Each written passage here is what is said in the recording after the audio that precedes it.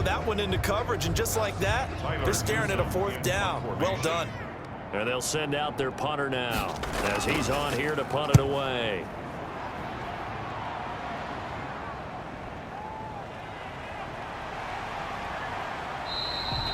A pretty good punt, but a nice 13-yard return. And the Vikings will take over here 1st and 10. And you see Dalvin Cook in the offense heading back out. He's up over 100 yards, and he'll be looking to get in the end zone again. Has a tremendous nose for it, doesn't he? The ability to pile up yardage and find the end zone, that's the combination you want in your runner. That's a combination any coach wants, and we'll see if he can find that end zone once more.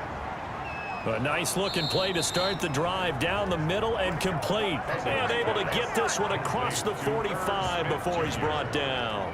First catch for him in these playoffs. He was held without one last week, but he's got a first down on that effort.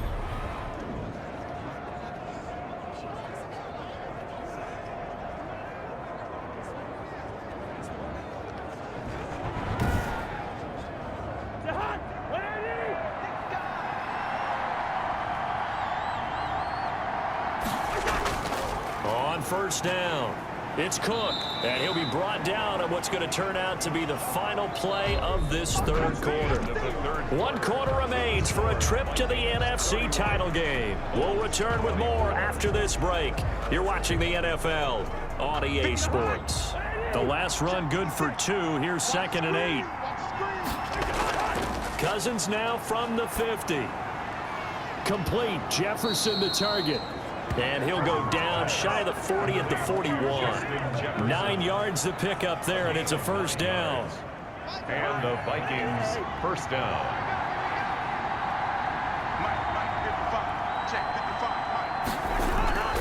Another tote for the workhorse this afternoon. It's Cook. It's a 6-yard gain on the ground, and that'll make it 2nd and 4. Brought down at the 35-yard line. It's a pickup of 6. Brings up 2nd and 4. On play action, Cousins. And he almost had it defensively. Could have been a game changer there in this second half. Instead, it's 3rd down. From the shotgun, it's Cousins. And the throw there going to be incomplete.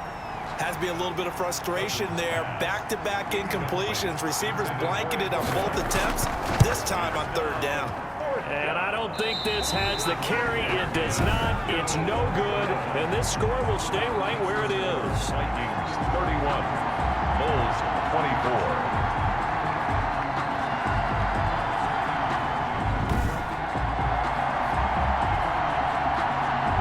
This offense about ready to take over again. And this one not officially in the bag, but it's looking more and more like you and I are going to be in these same seats next week for a game to go to the Super Bowl. And it's contrary to our meeting with the visitors, wasn't it? Remember when we went over to their hotel before the game, and one of the themes they kept hitting us with was pressure coming from the Vikings, and they get there and bring him down.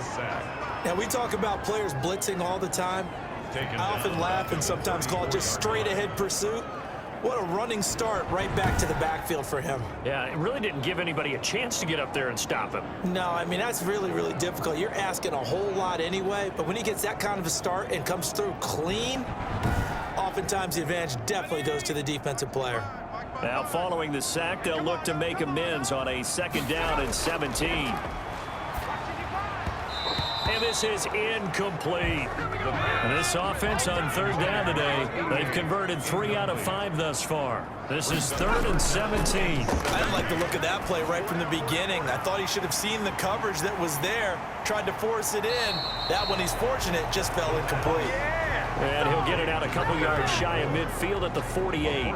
14 yards is the pickup there, but it'll still lead to a 4th down. Well, that's certainly playing down and distance very well by the defense, isn't it? Take whatever you want underneath, by all means.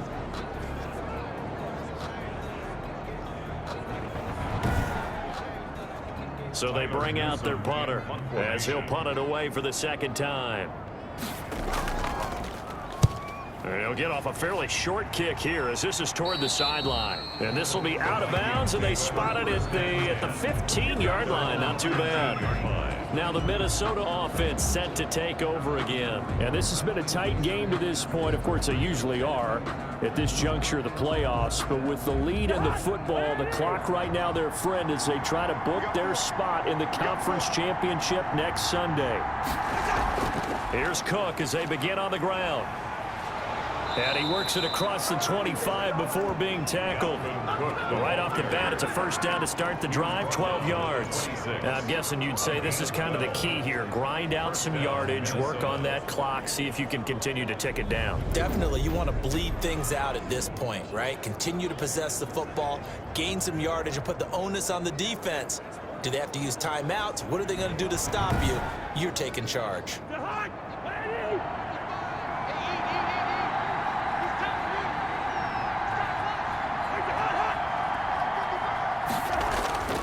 They run again on first down. Cook. And a good job of just fighting through one tackle there to pick up about 3.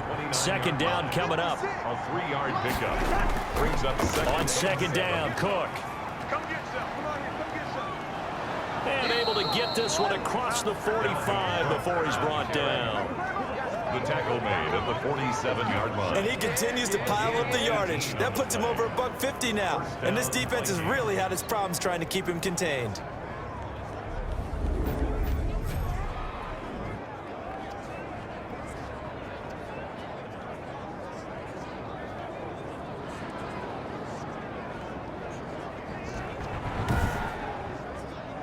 Clock running, under 4 to play now as they come up on first and 10. They'll try and wind down some clock with Cook. 5 yards is the tally on first down. That brings up second and 5. Midfield to the 48-yard line. A gain of 5 brings up second and 5. They go play action. Cousins. Wide open receiver complete. And he'll go down, but not before getting this inside the 30. 22 yards there, a first down. This is something you got to be wary of defensively. I mean, just because they're in the mode of trying to burn some clock doesn't mean they won't pass it, and they got good yardage out of that one. Yeah, and really, when you're looking at it, now they've got a fresh set of downs. Look for second down. If they want to take another shot and try and loosen things up, that'd be the time to do it.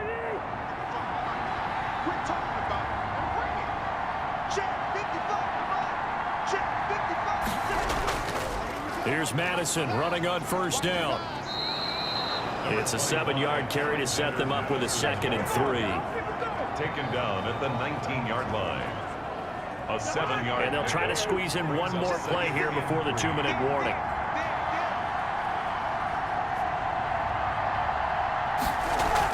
Back to the ground, this time Cook. And he'll get him inside the 15 down to the 14-yard line.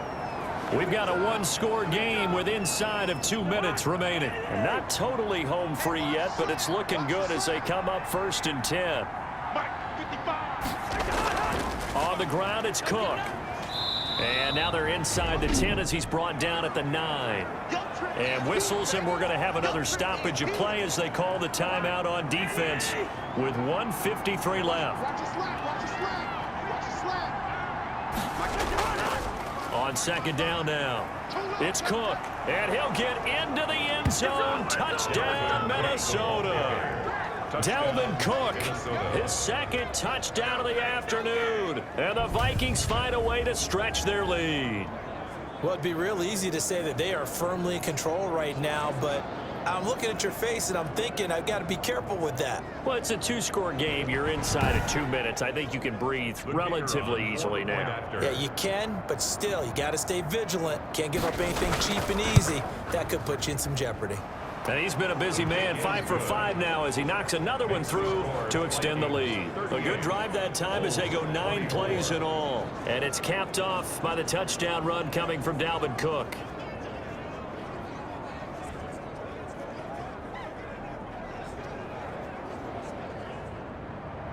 The kickoff unit is out on the field, and they will send this one away. This will be fielded inside the 5. And they will wrangle it down a couple yards shy of the 30. First down and 10 at their own 28-yard line. And here now the offense heading back out there. The situation for them offensively as follows. Down on the scoreboard, 1:46 to go. This crowd has stayed with them throughout, but they need 2 late scores to advance in these playoffs as they've got a first down. They'll try and start this drive in the air. Okay, just like that. Just like that. Flushed out right. Space to maneuver at the 40.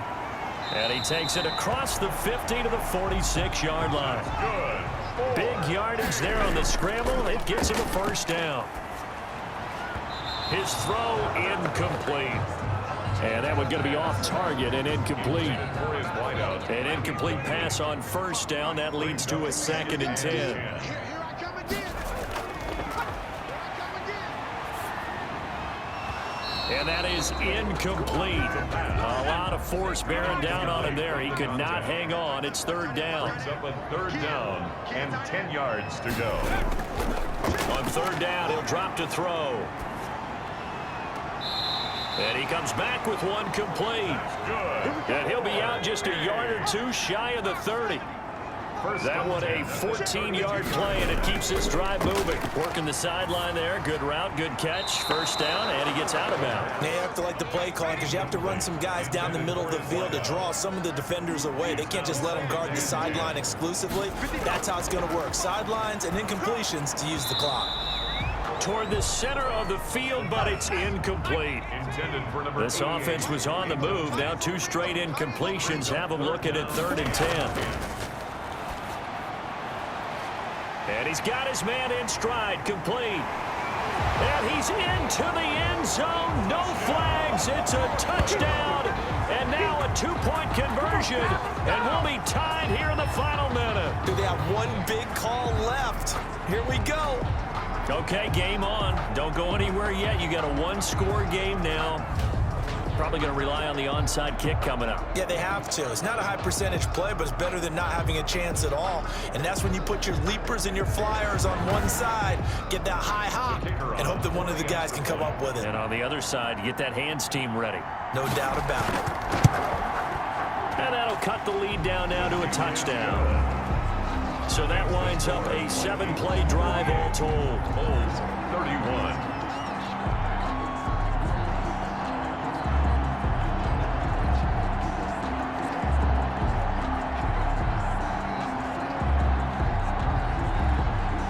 So there is still time, a little over 50 seconds to go, but this becomes a critical onside kick. And the Vikings hands team able to recover, and that should just about do it. Fourth quarter, they felt like they needed the football back. Unfortunately, they couldn't get it. And I know we brought analytics into the game, and someone has said here that the data says that when a team's expecting an onside kick, 80% of the time, the team expecting it, they do actually recover the ball, which is what we saw here. I just wonder if that number is much more of a anecdotal type of a number. Kind of like when the coaches tell us, well, when you score on special teams, 93% of the time you win the game. I'm still waiting to see that number is empirical. They'll run on first down. Cook. Now a second timeout called for by the defense. As the clock stops here with 46 seconds left to play. So they come up on second down. If they can get another run like we just saw, would likely put an end to this thing. Again, it's Cook fighting his way down to about the 35-yard line. Now the defense will burn their third and final timeout as they'll stop it with just over 40 seconds to go in the game. And they take a knee.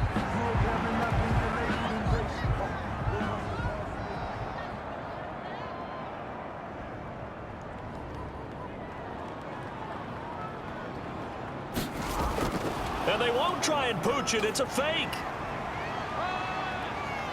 And the gamble pays off. They get the first. And Charles, if you're the coach of the losing team, even though you made it to the playoffs and there's part of that that feels good, what do you say to your guys after? I think you probably tell them how proud you are of them to make the effort to get to this game and then point them towards the future. If we're good enough to get here, all we've got to do is work harder, be better, and we can be good enough to go farther next season. How many times have we seen a team lose in the playoffs, and that girds them for a championship run in the future? So that's a wrap for Charles Davis. I'm Brandon Gaudin. And this